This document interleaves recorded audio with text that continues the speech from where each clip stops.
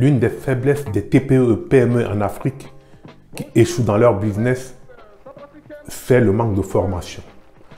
Et la première des formations, c'est de lire des livres. C'est lire des livres de motivation pour ceux qui ne se sont pas encore lancés ou bien ceux qui peinent à avancer.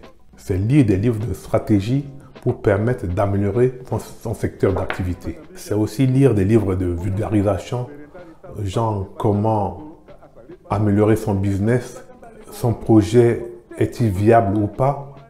Dans cette vidéo, je vais partager avec vous, je vous recommande de lire 2 livres qui m'ont permis de corriger mes mauvaises habitudes et de me permettre de mettre en place une stratégie de gestion de mon temps. Le premier livre, c'est Le pouvoir des habitudes. Et le deuxième livre, c'est Aller à l'essentiel. C'est une version française.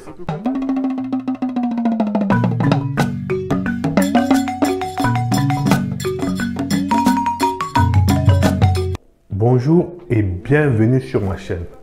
Je m'appelle Simon Alalingui, je suis fonctionnaire des finances en France. En Afrique et plus principalement dans la zone CEMAC, ce sont les multinationales et les entreprises étrangères qui gagnent la majorité des marchés publics au détriment des entreprises nationales.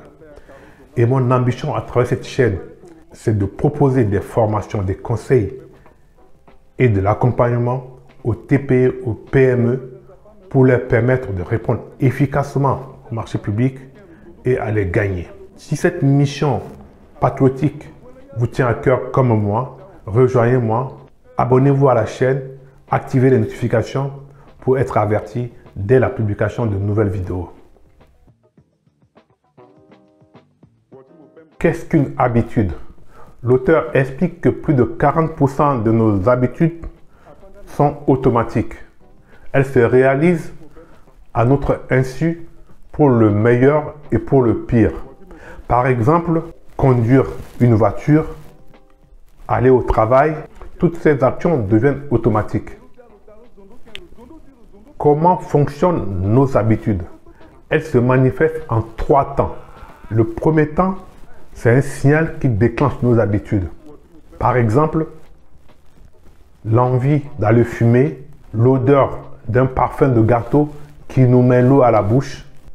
Le deuxième temps, c'est la routine. C'est l'action qui déclenche le signal. Par exemple, aller chercher une cigarette, faire du jogging. Le troisième temps, c'est la récompense. C'est le pourquoi de ces habitudes, c'est le pourquoi de cette routine. Par exemple, une sensation de bien-être après une séance de sport. Remplacer une habitude consiste à identifier la routine. C'est répondre à des questions. Par exemple, pourquoi fumez-vous? Est-ce que c'est parce que vous voyez la cigarette? Est-ce que parce que vous avez envie de faire une pause? Est-ce que c'est pour vous changer les idées? Est-ce que parce que vous voyez les amis fumer? Lorsque vous avez identifié, isolé ce signal, à ce moment-là, vous pouvez mettre en place un plan ou une stratégie pour remplacer cette habitude.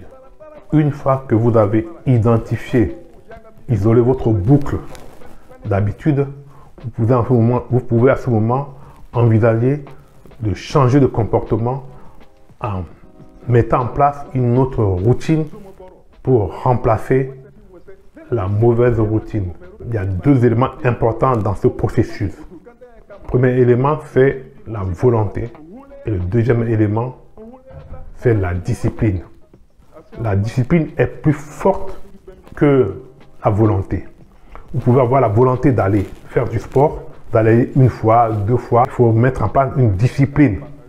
Aller progressivement, répétitif. Seule la discipline va vous permettre de remplacer l'ancienne routine par une nouvelle. Le deuxième livre, c'est Passer à l'essentiel. C'est une version française du livre d'Iwan Tsing. L'économiste Pareto a mis en place un principe 80-20. Ce principe dit que 80% des résultats proviennent de 20% des efforts. 80% des résultats proviennent que de 20% des efforts.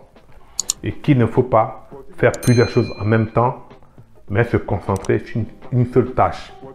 Établir une priorité dans les actions pour simplifier le travail et gagner du temps. Et mettre en place une stratégie pour organiser son temps de travail. Nous arrivons à la fin de la présentation de ces deux livres. Qu'est-ce que vous en pensez? Venez me le dire dans la description. En tout cas, moi, ces livres m'ont beaucoup aidé à m'organiser dans mes différentes actions. À très bientôt et prenez soin de vous.